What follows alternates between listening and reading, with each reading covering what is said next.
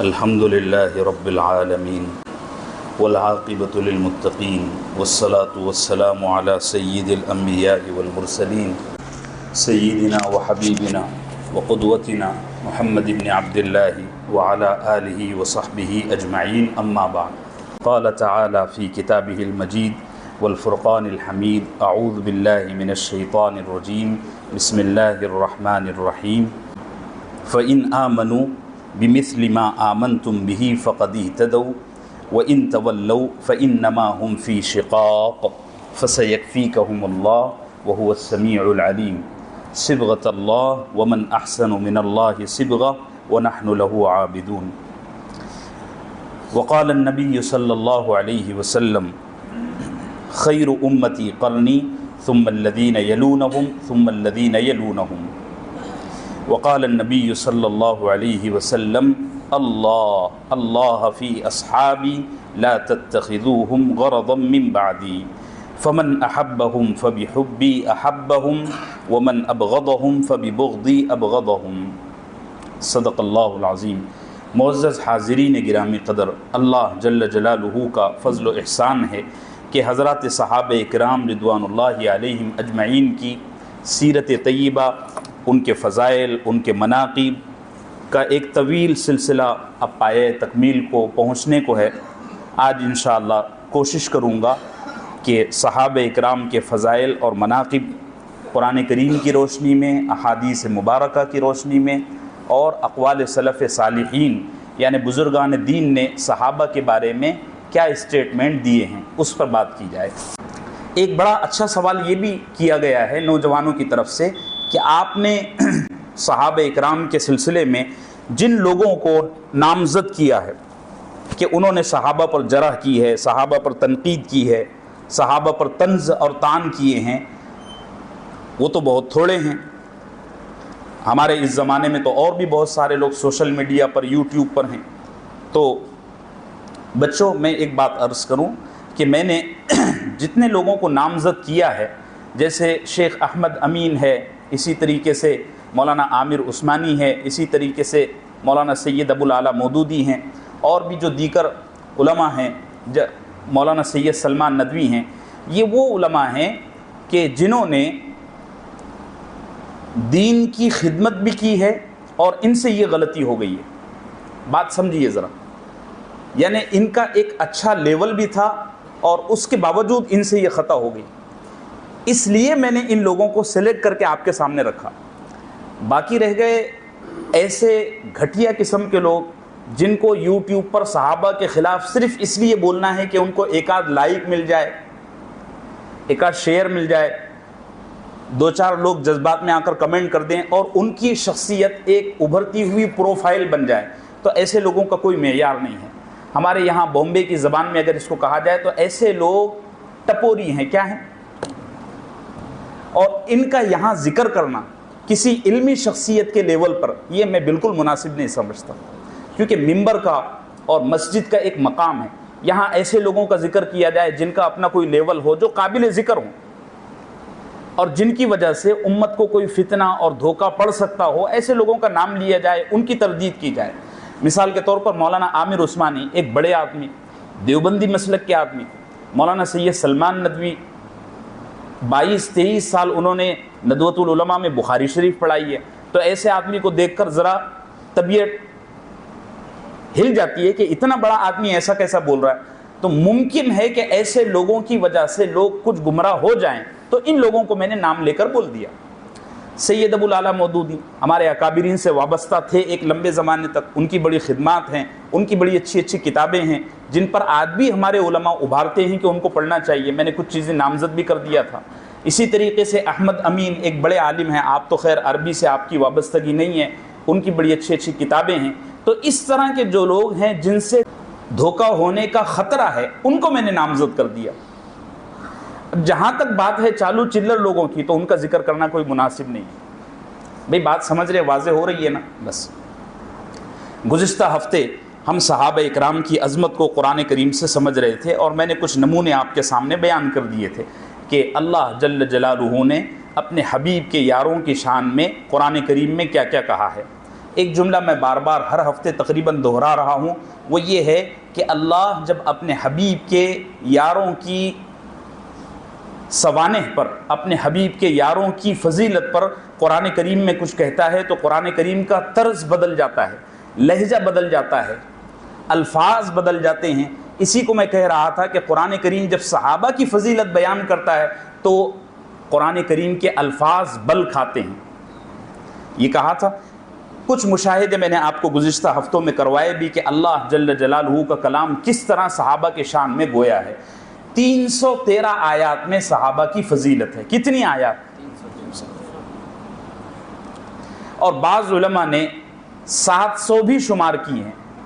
اگر کوئی آدمی گہرائی سے جائزہ لے تو 700 بھی شمار ہو سکتی ہیں۔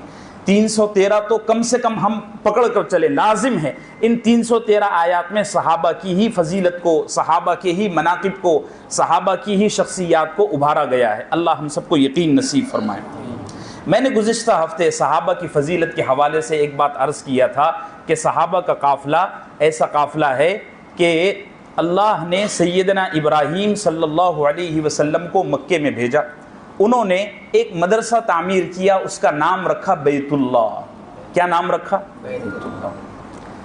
وہاں کھڑے ہو کر اللہ سے دعا کی، ربنا وابعث فیہم رسولا، اے اللہ اس شہر میں ایک ایسا رسول بھیج جو اس مدرسے میں استاذ کی، ٹیچر کی حیثیت سے کام کرے۔ اللہ نے 2000 سال بعد کس کو بھیجا؟ سرکار دو عالم صلی اللہ علیہ وسلم۔ مدرسہ تعمیر کس نے کیا؟ ابراہیم نے۔ اس کا نام کیا رکھا؟ بیت اللہ۔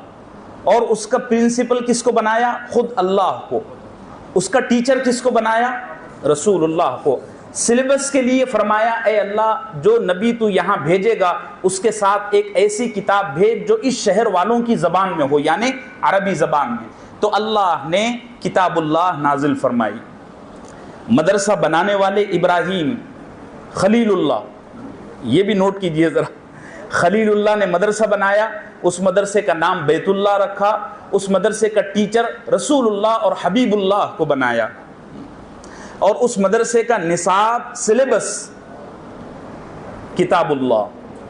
ٹھیک ہے، پھر جب یہ ساری چیزیں ہو گئی نا تو اللہ نے خود اپنے حبیب کے یاروں کا امتحان لیا، چونکہ پڑھانے والا اتنا بڑا، مدرسہ بنانے والا اتنا بڑا، نصاب اتنا زبردست، تربیت کرنے والا اتنا بڑا، تو امتحان لینے کے لیے کسی معمولی شخصیت کو بھیجنا مناسب نہیں تھا، اللہ نے خود امتحان لیا۔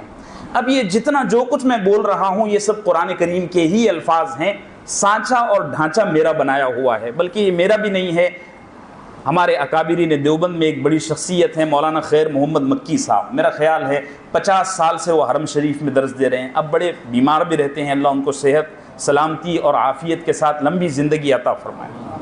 انہوں نے یہ جوڑا ہے۔ جب ساری چیزیں ہو گئی تو اللہ نے اپنے حبیب کے یاروں کو سرٹیفکیٹ دیا، کیا دیا؟ رضی اللہ۔ صحابہ اکرام کی فضیلت کے سلسلے میں ذرا سورہ فتح کی آخری آیت کا جائزہ لیجئے، کیا تعریف کی ہے اللہ نے، محمد الرسول اللہ۔ پھر آگے کہا والذین معہ اشداء علی الکفار، جو اس کے ساتھ بیٹھے ہوئے ہیں نا، کس کے ساتھ؟ رسول اللہ صلی اللہ علیہ وسلم، جو اس کے ساتھ بیٹھے ہوئے ہیں نا کفار پر بڑے سخت ہیں، رحماء بینہم، آپس میں بڑے نرم دل ہے، رحیم ہیں، تراہم رکعا سجدا، تو جب ان پر نظر اٹھائے گا تو ان کو رکوع کی حالت میں یا سجدے کی حالت میں دیکھے گا۔ اچھا، جب بازار میں جاتے ہیں تو دنیا میں ملوث ہو کر ایسا نہیں کہ حرام اور حلال کی تمیز بھول گئے، بازار میں بھی جاتے ہیں نا تو یبتغون فضلا من اللہ ورضوانا، وہاں جا کر بھی اللہ کے فضل کو تلاش کرتے ہیں اور رضامندی کو ڈھونڈتے ہیں۔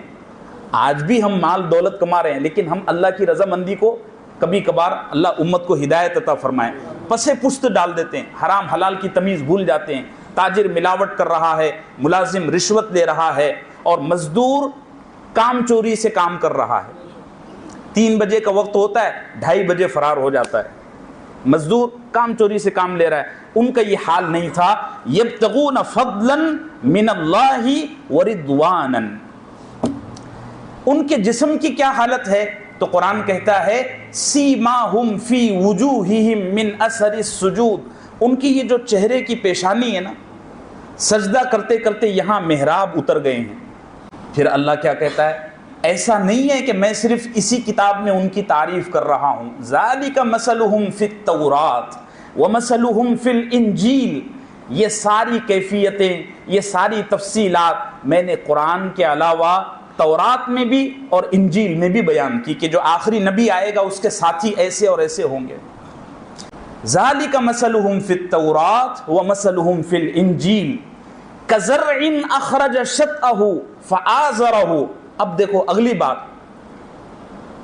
کزرع اخرج شطأہ فآزرہ فاستغلظ فاستوى على سوقه يعجب الزراع لیغیظ بہم الکفار. یہاں الزراع سے مراد رسول اللہ صلی اللہ علیہ وسلم کی ذات ہے، اور اللہ نے اپنے حبیب کو کسان سے تشبیہ دی ہے. جیسے کسان زمین کو بوتا ہے پھر فصل اگنے پر خوش ہو جاتا ہے، ایسے ہی قرآن یہاں اپنے حبیب کو کہہ رہا ہے کہ میرے حبیب نے آج سے 23 سال پہلے محنت شروع کی تھی، فصل مکے میں بوئی تھی. اب وفات کے وقت اور دنیا سے پردہ فرمانے کے وقت وہ جب اپنے یاروں کو دیکھتا ہے تو بڑا ہی خوش ہوتا ہے. یعجب الزراع لیغیظ بہم الکفار. میرا حبیب جب اپنے یاروں کو دیکھتا ہے تو وہ تو خوش ہوتا ہے، لیکن کفار جب دیکھتے ہیں تو بڑے غضبناک ہوتے ہیں. اس سے میں یہ بتانا چاہتا ہوں کہ صحابہ سے محبت کرنا، صحابہ کی چاہت کو دل میں پالنا، بلکہ صحابہ سے عشق کرنا، یہ سرکار دو عالم صلی اللہ علیہ وسلم کی سنت مطہرہ ہے. ہاں، اور صحابہ سے نفرت کرنا، ادنا درجے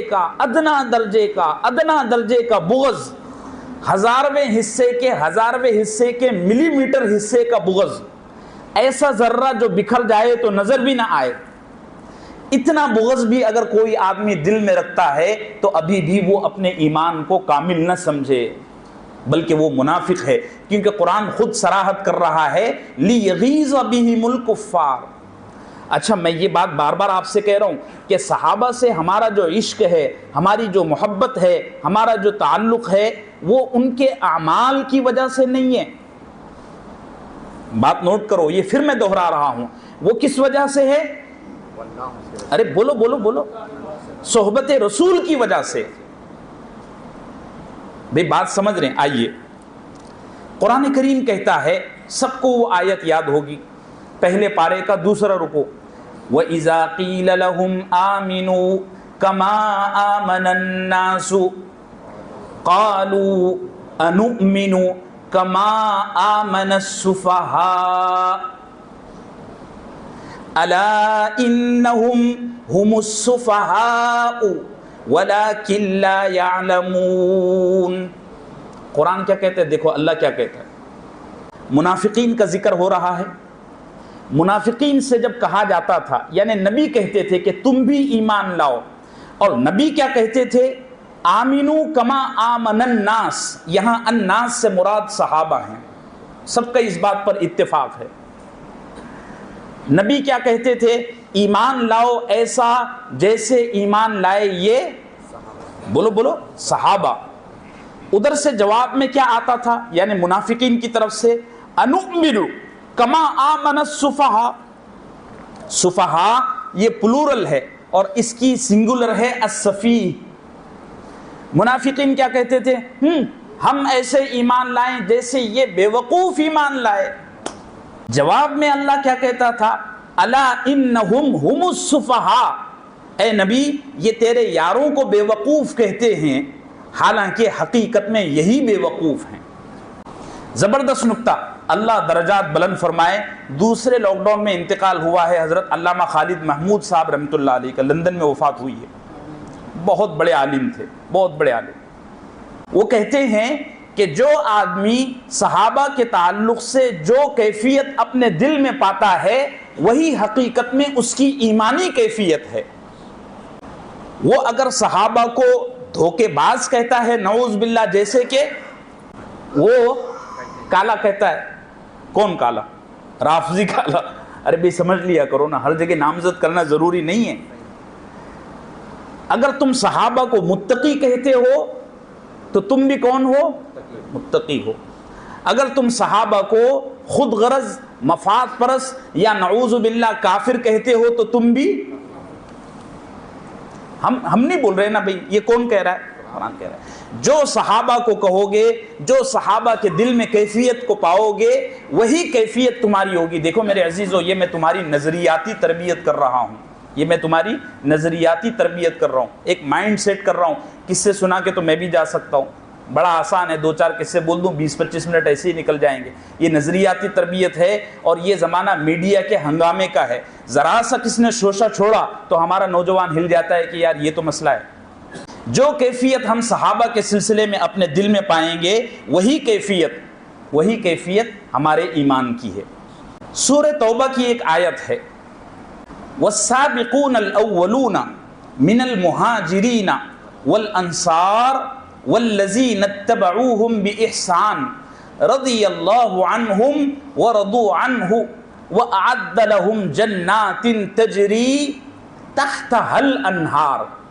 پورے قرآن میں جہاں بھی ایمان والوں کو جنت کے انعام کا ذکر ہے، وہاں قرآن ہمیشہ کہتا ہے جنات تجری من تحتها الانہار. یہ شاید آپ کو بھی یاد ہوگا، آپ نے اس کو قرآن میں پڑھتے وقت میں غور کیا ہوگا. ہر جگہ قرآن کیا کہتا ہے؟ جنات تجری من تحتها الانہار. لیکن اس جگہ جب مہاجر اور انصار اور ان کی پیروی کرنے والے صحابہ کا ذکر ہوا تو قرآن بل کھا گیا. قرآن نے من کو ہٹا دیا، جنات تجری تحتها الانہار.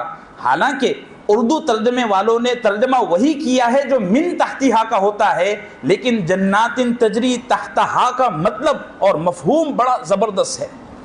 مفسرین نے لکھا ہے کہ صحابہ کا گروہ وہ گروہ ہے، ہم جب موت پاتے ہیں نا تو جنت کو تلاش کرتے پھرتے ہیں، ہماری روحیں کہ جنت کہاں ہے، جنت کہاں. ابھی ہمارے جتنے بزرگان دین اس دنیا سے چلے گئے، وہ حشر قائم ہونے تک، نام اعمال ہاتھ میں آنے تک جنت کے منتظر بیٹھے ہیں، اتنی مدت کا انتظار کر رہے ہیں. لیکن جنات تجری تحتہا الانہار کے مفہوم میں بڑی زبردست بلاغت ہے. اللہ کہتا ہے کہ یہ جو میرے نبی کے یار ہیں نا، یہ جب وفات پا کر اس دنیا سے رخصت ہوتے ہیں تو یہ جنت کو نہیں تلاش کرتے، جنت ان کو تلاش کرتی ہے. جنات تجری تحتہا الانہار. اصل میں میرے عزیزو دیکھو، جب کسی آدمی کو کسی سے آشنائی ہو جاتی ہے نا تو اس کو اس کے سوا کچھ اچھا نہیں لگتا. دیکھو صحیح بخاری کی ایک حدیث ہے، مسلم میں بھی ہے. سرکار دو عالم صلی اللہ علیہ وسلم نے فرمایا، جب تمہاری وفات ہوتی ہے اور تم اللہ کے راستے میں شہید ہوتے ہو تو شہید کی روح اللہ کے بارگاہ میں جاتی ہے. اللہ اس سے پوچھتا ہے تیری کیا خواہش ہے، کوئی تمنا ہے؟ تو وہ کیا کہتا ہے معلوم ہے؟ مرنے والا شہید کیا کہتا ہے؟ وہ کہتا ہے اے اللہ مجھے ایک بار دنیا میں اور جانے دے. اللہ پوچھتا ہے کیوں؟ وہ کہتا ہے تاکہ میں تیرے راستے میں ایک بار اور مارا جاؤں. اللہ کہتا ہے تجھے جنت نہیں چاہیے؟ وہ کہتا ہے نہیں، جنت ونت بعد میں دیکھیں گے، تیرے راستے میں کٹنے کا، جہاد میں کٹنے کا، قتال میں کٹنے کا جو مزہ ہے وہ جنت میں نہیں ہے. کسی کو کسی سے آشنائی اور عاشقی جب ہو جاتی ہے نا تو اس کو اس کا پیسہ، دھن دولت، حتیٰ کہ رب کی سجائی ہوئی جائیداد اور جنت بھی اچھی نہیں لگتی. اقبال نے کیا منظر کشی کی ہے اور گون کر کیا ہم کو روٹی بیل کر کھلائی ہے. وہ کہتا ہے عجب چیز ہے لذت آشنائی، دو عالم سے کرتی ہے بیگانہ دل کو، عجب چیز ہے لذت آشنائی. دو عالم یعنی اس دنیا سے بھی اور جنت سے بھی، دو عالم سے کرتی ہے بیگانہ دل کو. دل بیگانہ ہو جاتا ہے. مرنے کے بعد بھی انسان کیا کہتا ہے؟ میرے کو جنت نہیں چاہیے، ایک بار دنیا میں بھیج دے تاکہ میں اپنا سر تیرے واسطے کٹا دوں. اللہ کہتا ہے اگر تو کٹ کے میرے پاس آئے گا تو پھر کیا چاہے گا؟ وہ کہتا ہے ثم اقتل، پھر چاہوں گا کہ قتل کیا جاؤں. یہ سلسلہ چلتا رہے چلتا رہے. یہ کیفیت کو اقبال نے کہا ہے دو عالم سے کرتی ہے بیگانہ دل کو. کیا کہا ہے؟ دو عالم سے مطلب اس دنیا سے بھی اور اس دنیا سے بھی، جنت بھی نہیں چاہیے. دو عالم سے کرتی ہے بیگانہ دل کو، عجب چیز ہے لذت آشنائی. یعنی صحابہ کو اللہ کی ایسی آشنائی نصیب تھی کہ وہ کہتے ہیں اللہ نے فرمایا جنات تجری تحتہا الانہار. یہ وہ قافلہ ہے، یہ وہ لشکر ہے اور یہ وہ یار ہیں کہ یہ جنت کی تلاش میں نہیں ہے، جنت خود ان کو تلاش کر رہی ہے. اب ذرا قرآن کریم کے اور دوسرے انداز میں ہم مطالعہ کرتے ہیں. آپ کو یاد ہوگا بیعت رضوان کے وقت سرکار دو عالم صلی اللہ علیہ وسلم نے حضرت عثمان کو بھیجا مکہ. افواہ اڑ گئی کہ حضرت عثمان کو مکے والوں نے شہید کر دیا. نبی صلی اللہ علیہ وسلم نے موت کی بیعت لی صحابہ سے.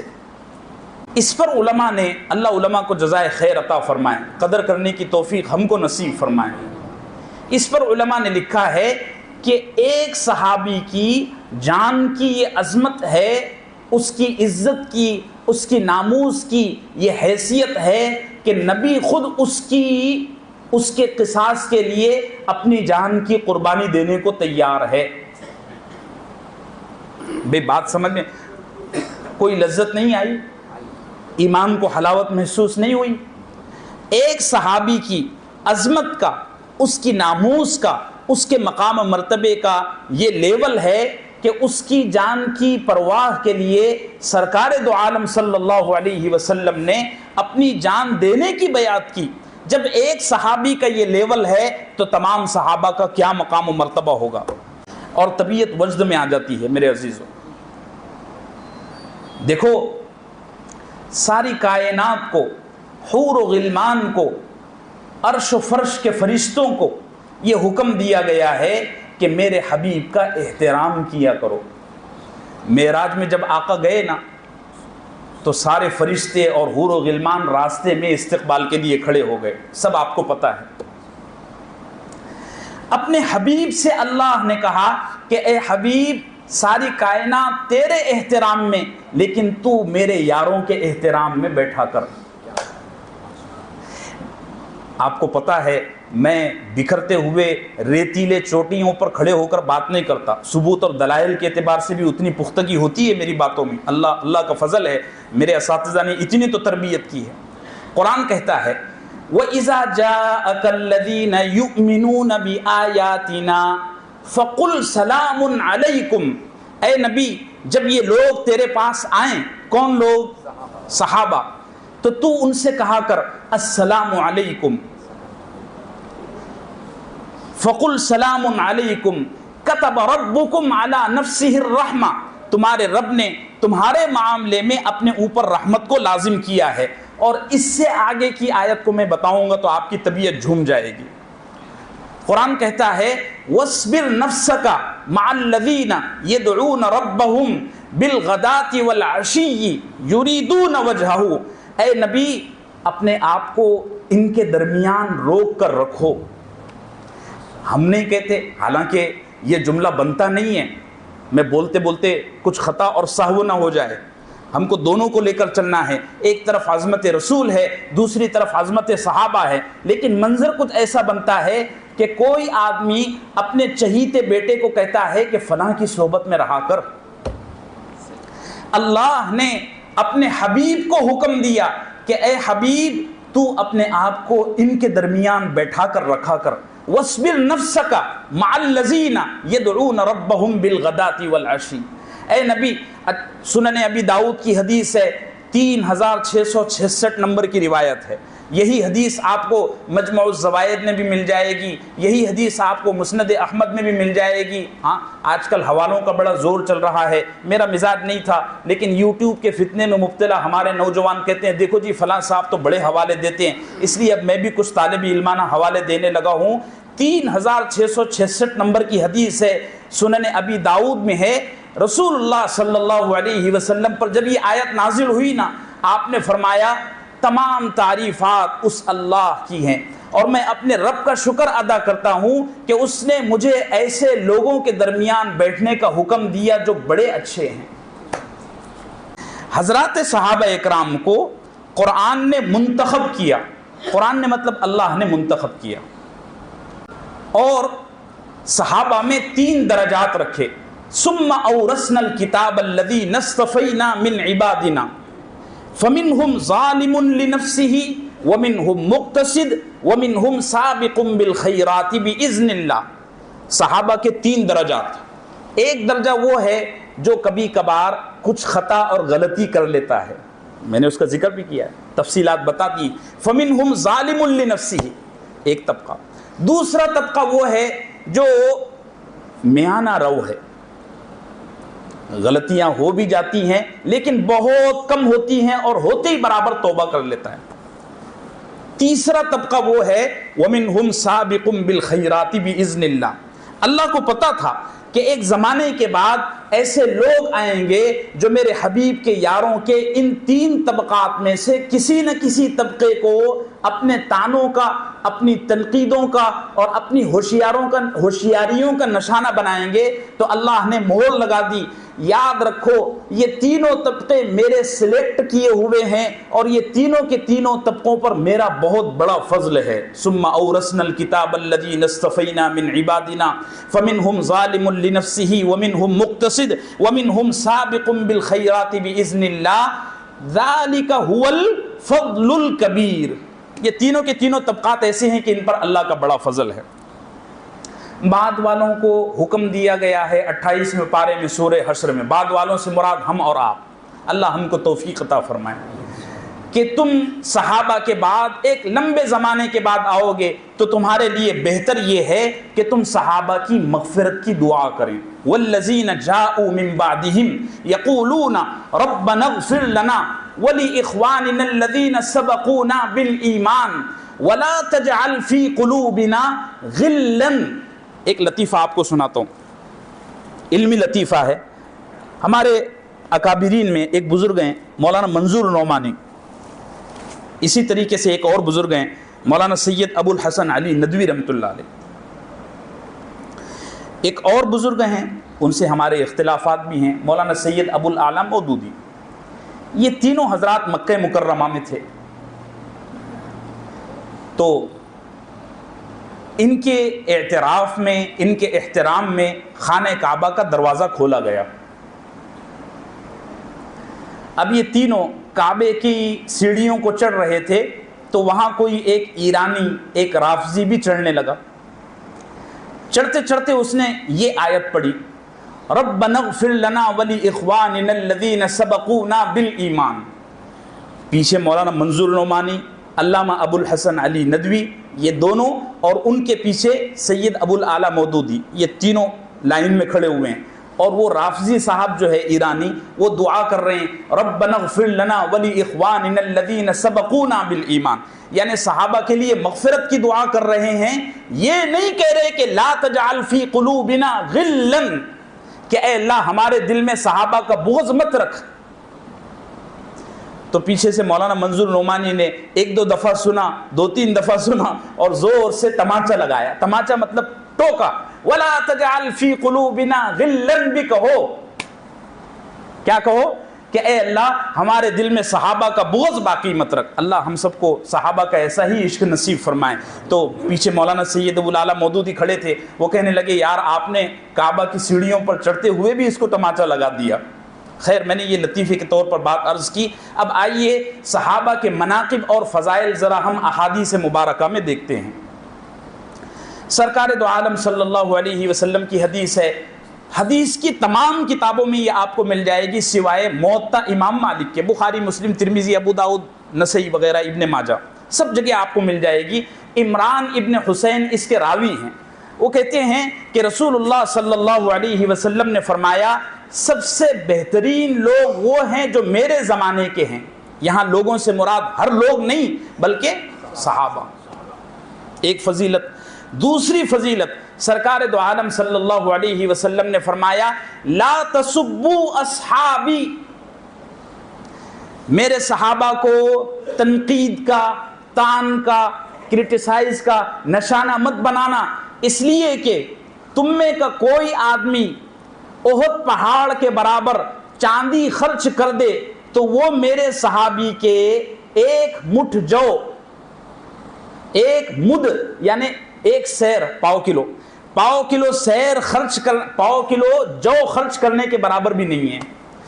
کہاں ہمارا احد پہاڑ کے برابر چاندی خرچ کرنا، سونا خرچ کرنا، اور کہاں صحابی کا ایک سیر جو، کوئی تقابل ہی نہیں ہے۔ سرکار دو عالم صلی اللہ علیہ وسلم نے فرمایا ان اللہ اختار اصحابی علی العالمین، اللہ نے میرے صحابہ کو تمام جہانوں پر منتخب کیا ہے، چنا ہے۔ ایک فضیلت، ایک بڑی اہم فضیلت ہے، توجہ سے سنیں اور اس پر عمل کرنے کی کوشش کریں۔ سرکار نے فرمایا اذا رأیتم الذین یسبون اصحابی فقولوا لعنت اللہ علی شرکم، جب تم کسی ایسے آدمی کو دیکھو یوٹیوب پر، فیس بک پر، ٹویٹر پر یا نیوز پیپر میں جو میرے صحابہ کو برا کہہ رہا ہے، تو اس کو اس کے منہ پر کمنٹ باکس میں لکھ دو لعنت اللہ علی شرکم، کہ اللہ تجھ پر تیرے شر کی وجہ سے لعنت کرے۔ سب سے آسان حل، جیسے ہم قرآن شروع کرنے سے پہلے کہتے ہیں نا اعوذ باللہ من الشیطان الرجیم، ایسا ہی جب کسی ایسے آدمی سے پالا پڑے جو صحابہ پر کچھ بھی انگلی اٹھا رہا ہے، تو آقا نے دعا سکھائی ہے کہ کہو لعنت اللہ علی شرکم۔ عشرہ مبشرہ میں ایک صحابی ہیں حضرت سیدنا سعید بن زید رضی اللہ عنہ۔ ان کے پاس ایک دفعہ کچھ لوگ آئے، آ کر کہنے لگے کہ صحابہ کی کیا فضیلت ہے، ان کا کیا مقام ہے۔ تو چونکہ یہ خود صحابی تھے تو انہوں نے کچھ بولنا پسند نہیں کیا، چونکہ آدمی اگر خود ہی کوئی مقام کو پا چکا ہو تو اس کی فضیلت بیان کرنے میں ذرا شرم آتی ہے۔ انہوں نے بیان نہیں کیا، تکلف کیا، وہ خوشامد کرنے لگے۔ تو انہوں نے عشرہ مبشرہ کے نام گنائے، وہ جو مشہور حدیث ہے ابو بکر فی الجنہ، عمر فی الجنہ، عثمان فی الجنہ، اور آخر میں انہوں نے اپنا نام نہیں لیا۔ تو پوچھنے والوں نے پوچھا آپ نے 10 بتائے تھے لیکن 9 کے نام لے رہے ہیں، تو انہوں نے سر جھکا لیا۔ بعد میں ان کا بیٹا آیا اور آ کر کہنے لگا 10ویں آدمی خود میرے والد صاحب ہیں۔ ان سے پھر پوچھا گیا کہ یہ تو 10 بڑے صحابہ کا مقام ہے، آپ ذرا عام صحابی کا مقام بتائیے۔ انہوں نے فرمایا کہ اگر کسی صحابی نے کسی غزوے میں، کسی جنگ میں سرکار دو عالم صلی اللہ علیہ وسلم کے ساتھ شرکت کی اور وہ واپس خیر عافیت کے ساتھ اپنے وطن آ گیا، کوئی زخم نہیں لگا، نہ اسے تلوار اپنے میان سے اٹھانی نکالنی پڑی، اس کے باوجود بعد میں پیدا ہونے والا آدمی عمر نوح پالے اور وہ یہ ساری عمر سجدے کی حالت میں گزار دے، تب بھی وہ اس صحابی کا مقام نہیں پا سکتا۔ سرکار دو عالم صلی اللہ علیہ وسلم کی حدیث ہے، بخاری مسلم میں آپ کو مل جائے گی۔ آقا نے فرمایا یہ جو میرے صحابہ ہیں نا، یہ اللہ کے اللہ ہونے کو بتانے والے ہیں۔ مخاطب کر کے فرمایا انتم شہداء اللہ فی الارض، اے میرے صحابہ تم زمین میں اللہ کے گواہ ہو۔ بڑی زبردست حدیث ہے، بار بار خطیب جمعے کے خطبے میں بھی یہ حدیث پڑھتا ہے، اللہ اللہ فی اصحابی۔ یہ اللہ اللہ اصل میں ہے اتقوا اللہ اتقوا اللہ اتقوا اللہ فی اصحابی۔ نبی نے کہا کہ لوگوں میرے بعد میرے صحابہ کے بارے میں اللہ سے ڈرنا۔ لا تتخذوہم غرضا من بعدی، میرے اس دنیا سے پردہ کرنے کے بعد میرے صحابہ کو ان کی ظاہری غلطیوں کو پکڑ کر نوک جھونک مت کرنا کہ دیکھو صحابی ایسا کرتے ہیں، صحابی ویسا کرتے ہیں، صحابی کی یہ غلطی ہے، صحابی نے ایسا کیا۔ ہوتے ہیں نا آج کل بعض ہوشیار ایسے، ان کی غلطیوں کو پکڑنے کے چکر میں مت بیٹھنا۔ اور آگے کیا زبردست بات فرمائی، اللہ اپنے حبیب پر کروڑوں رحمتیں اور درود نازل فرمائے۔ فمن احبہم فبحبی احبہم، جو میرے صحابہ سے محبت کرے گا وہ اصل میں مجھ محمد سے محبت کی وجہ سے ان سے محبت کرے گا۔ ومن ابغضہم، اور جو میرے صحابہ سے بغض رکھے گا وہ مجھ سے بغض کی وجہ سے ان پر تنقید کرے گا۔ اللہ ہم سب کو ہدایت عطا فرمائے۔ یہ آخری بات ہے، اس سے بڑا کچھ نہیں ہو سکتا۔ ہاں، بریدہ ابن حصیب رضی اللہ عنہ کی روایت ہے، سنن ترمذی میں بڑی زبردست روایت ہے۔ آقا نے فرمایا میرے جو صحابہ مدینہ چھوڑ کر اللہ کا قرآن پہنچانے کے لیے دنیا میں بکھر گئے ہیں، قیامت کے دن اللہ ان کو ان کی قبروں سے نور کی شکل میں اٹھائیں گے۔ ہمارے یہاں ہندوستان میں بھی صحابہ مدفون ہیں، آپ کو پتہ ہے، ہمارے بمبئی میں تو دفن نہیں ہے۔ حضرت عثمان ابن عفان کے 3 خدام یہاں آرام فرما رہے ہیں بمبئی شہر میں، لیکن بھروچ میں 9 صحابہ مدفون ہیں میرے خیال سے، 9۔ اور اس کے علاوہ اور بھی مختلف علاقوں میں، کیرلا میں بھی صحابہ مدفون ہیں، اور ہمارا جو متحدہ ہندوستان ہے یعنی پارٹیشن سے پہلے کا، اس میں پڑوس میں بلوچستان میں بھی صحابہ آرام فرما رہے ہیں۔ میں سب تفصیلات آپ کو بھیجوں گا۔ قیامت کے دن یہ صحابہ جب اٹھائے جائیں گے تو اپنے ہاتھوں سے، ہتھیلیوں سے ایسے نور کو جھاڑیں گے اور ہم مٹی کو جھاڑیں گے۔ یہ صحابہ کہیں گے ہمارے بدن سے یہ روشنی اور یہ نورانیت کیوں نکل رہی ہے؟ اللہ کہے گا تم میرے نورانی نبی کی صحبت میں جو بیٹھے تھے۔ ان کو جب ہوش آئے گا کہ ارے میدان محشر لگ گیا، تو یہ جس علاقے میں ہوں گے وہاں کے قبرستان کے مردوں کو اٹھا کے لے کے چلیں گے، چلو میدان محشر میں، چلو میدان محشر میں، نورانی شکل میں ان کو اٹھایا جائے گا۔ نبی صلی اللہ علیہ وسلم نے فرمایا لوگوں میرے بعد تم دیکھو گے کہ بڑا اختلاف ہوگا، لوگ فرقوں میں بٹ جاؤ گے۔ صحابہ نے پوچھا جب اتنے فرقے بن جائیں تو اس وقت ہم کیا کریں؟ تو آقا نے فرمایا علیکم بسنتی، ایسے موقع پر تم میری سنت کو پکڑ لینا، یعنی میرے طریقے کو، وسنت الخلفاء الراشدین، اور یہ جو خلفاء راشدین ہیں، ابو بکر رضی اللہ عنہ، عمر رضی اللہ عنہ، عثمان رضی اللہ عنہ اور علی، ان کی سنت کو پکڑ لینا۔ پکڑ لینے سے مراد عدو علیہا بالنواجذ، دیکھو میری طرف، آقا نے فرمایا ان کی سنت کو ایسے دانتوں سے جکڑ کے پکڑنا۔ تم جب ان کے طریقے کو پکڑ لو گے نا تو تم کو کوئی قادیانی، کوئی شکیلی راستے سے ہٹا نہیں سکے گا۔ میں آئندہ ہفتے اس پر تفصیل سے بات کروں گا۔ بحالت ایمان، ایمان کی حالت میں کسی آدمی نے اگر صحابی کو دیکھ لیا وہ آدمی بھی جہنم سے نجات پائے گا۔ اسی لیے ہم کہتے ہیں تابعین بھی جنتی ہیں۔ صحیح بخاری کی حدیث ہے لا تمس النار مسلما رآنی او رآ من رآنی، اس شخص کو جہنم کی آگ ٹچ بھی نہیں کرے گی جس نے مجھے دیکھا یا مجھے دیکھنے والے کو دیکھ لیا۔ اللہ ہم سب کو تابعین کی عظمت نصیب فرمائے۔ تابعین کی بھی بڑے فضائل ہیں۔ اب ذرا آئیے صحابہ اکرام کے سلسلے میں، ان کے مناقب، ان کے فضائل کے سلسلے میں علماء اکرام کیا کیا فرماتے ہیں۔ حضرت عبداللہ ابن مبارک بہت بڑے محدث ہیں، امام بخاری کے استاذ ہیں۔ ان سے کسی نے پوچھا کہ معاویہ افضل ہے یا عمر ابن عبدالعزیز افضل ہے؟ ایک عمر ابن خطاب ہیں، وہ تو صحابی ہیں، ایک عمر بن عبدالعزیز ہیں، یہ تابعی ہیں اور افضل تابعی ہیں۔ پوچھنے والے نے پوچھا کہ معاویہ افضل ہے یا عمر بن عبدالعزیز افضل ہے؟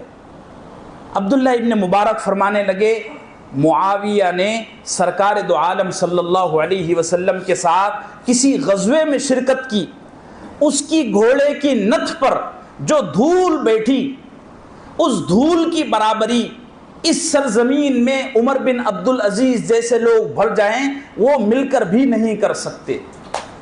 اور اگلی بات تو کیا زبردست فرمائی، فرمایا تجھے اتنا نہیں سمجھ میں آتا کہ معاویہ نے نبی کے پیچھے نماز ادا کی، نبی کہتا تھا سمیع اللہ لمن حمیدہ، معاویہ کہتا تھا ربنا لک الحمد۔